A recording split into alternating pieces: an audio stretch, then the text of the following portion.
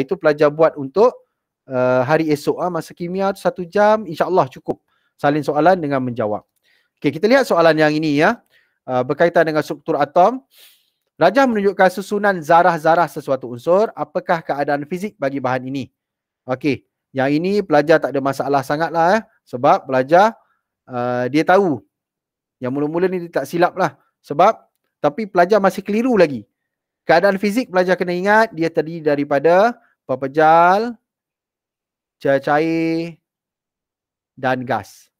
Dan keadaan ini boleh berubah dengan ada proses lah. Pepejal kepada cecair adalah proses peleburan, cecair kepada gas adalah pendidihan. Dan dia nanti dia akan sekali dengan keluk pemanasan macam ni. Kalau ini pepejal, ini cecair, ini pepejal tambah cecair. Kat sini suhu malar kita namakan sebagai takat lebur.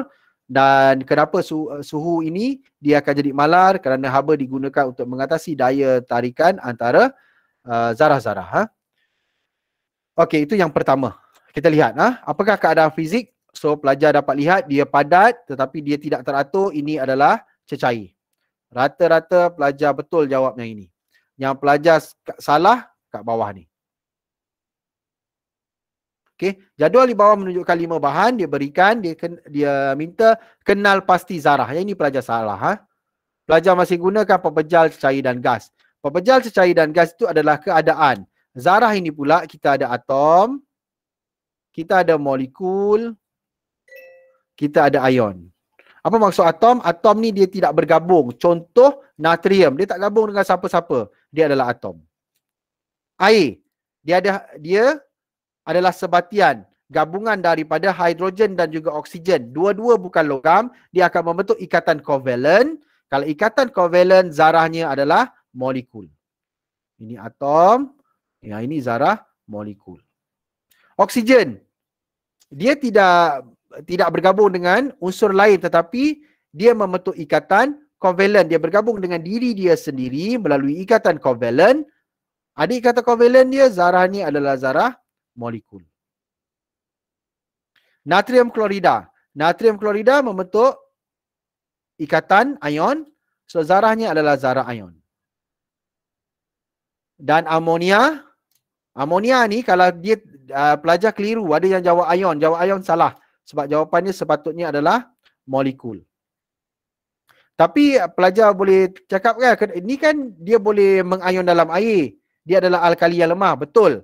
Tetapi kalau tanpa air, keadaannya ialah dalam keadaan gas.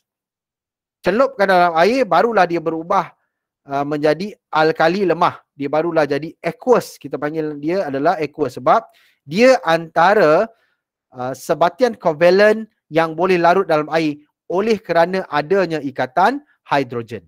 Dia situasi yang berbeza lah. Dia pengecualian. Okey. Jadi pelajar kena tahu beza antara keadaan dan juga zarah. Dia ada dia punya bezanya kat situ. Okey, kita lihat soalan yang seterusnya. Yang ini perubahan zarah lah. Yang macam cikgu cakap tadi lah. Proses yang berlaku. Nampak? Ini padat, teratur. Ini padat tapi tidak teratur. Yang ini jarak antara satu sama lain. So, cecair. Kat sini dia akan jadi gas melalui proses pendidihan. Namakan proses Q. Proses Q, gas kepada cecair. Proses ini adalah kondensasi. Sepatutnya tak boleh salah.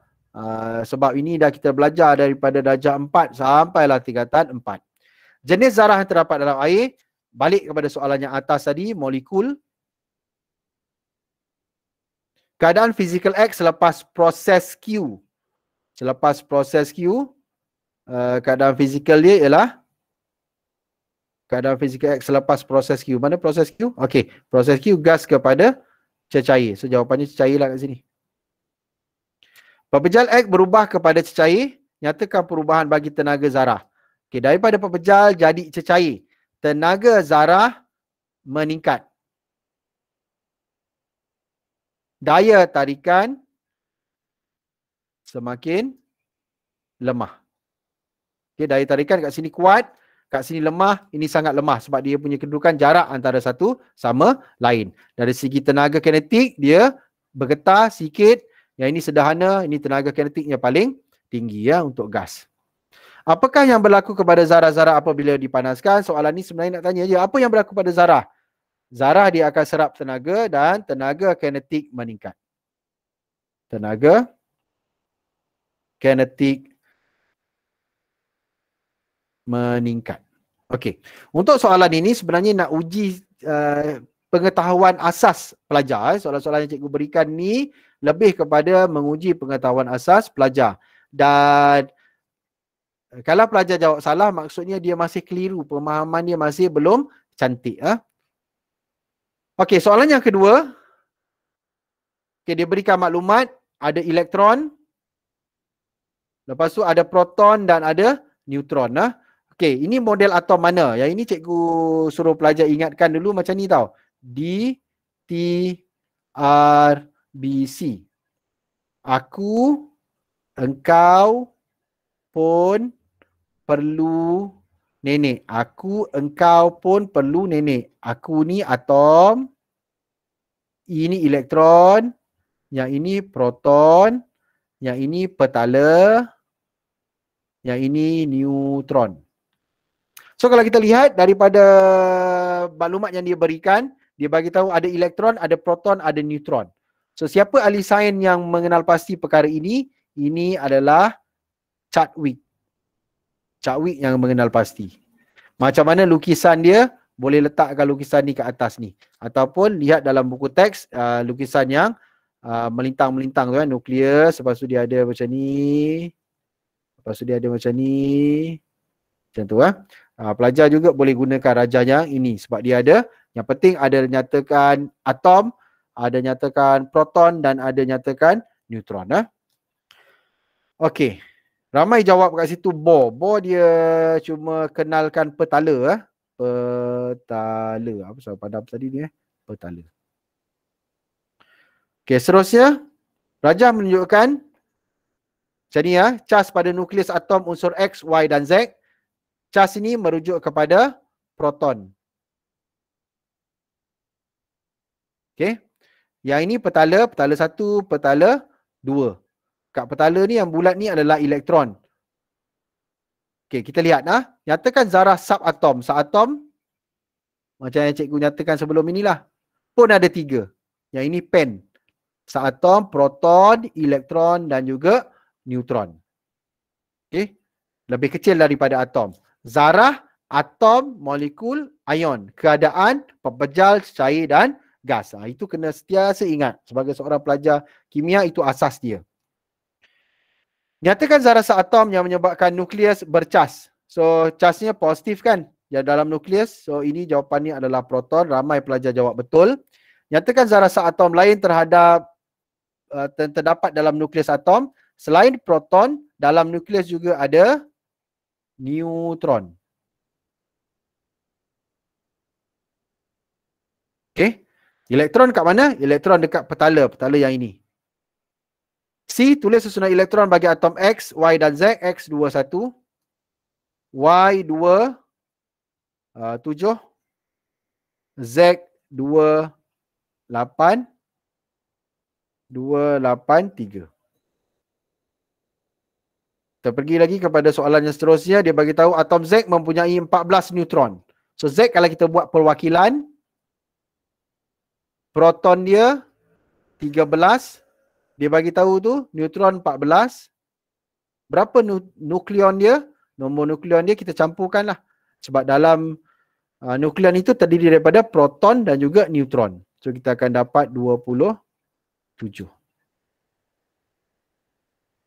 Okey ya. Ini latihan berbentuk ulang kaji. Dan soalan yang kelima, hitung jisim molar bagi sebatian berikut. Okey, untuk penghitungan jisim molar ni cikgu dapat lihat pelajar dia boleh menjawablah untuk yang ini. Sebab mudah kan? Jisim molar, karbon 12 tambah hidrogen setiap satu tu 1 darabkan dengan 4. So pelajar dapat jawab 16. Yang ini pun dia masih betul jawabnya. Pelajar masih dapat jawab. Yang kedua ni C2H5OH ni pelajar dapat jawab 46. Kat sini pelajar dah mula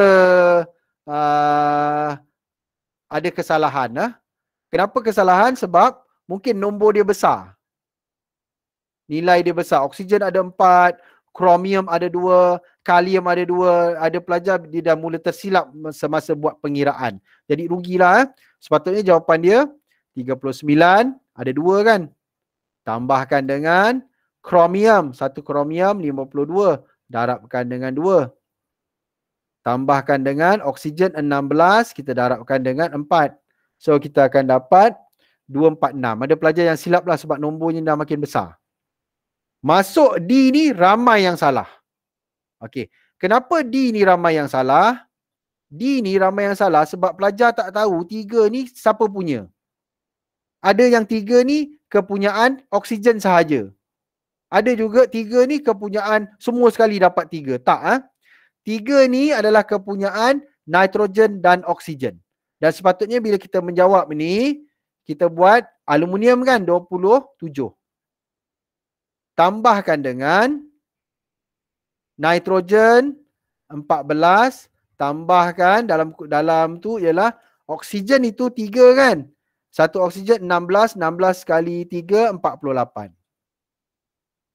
Darabkan keseluruhan ini, nitrat ini dengan 3. Sebab apa? 3 tu adalah kepunyaan nitrogen dan juga kepunyaan oksigen. Barulah pelajar dapat jawab nanti dengan betul iaitu 213. Okey, yang ini pun pelajar salah. So nanti yang dah tanda tu yang dah hantar cikgu dah buat tandaan salah jadi pelajar betulkan.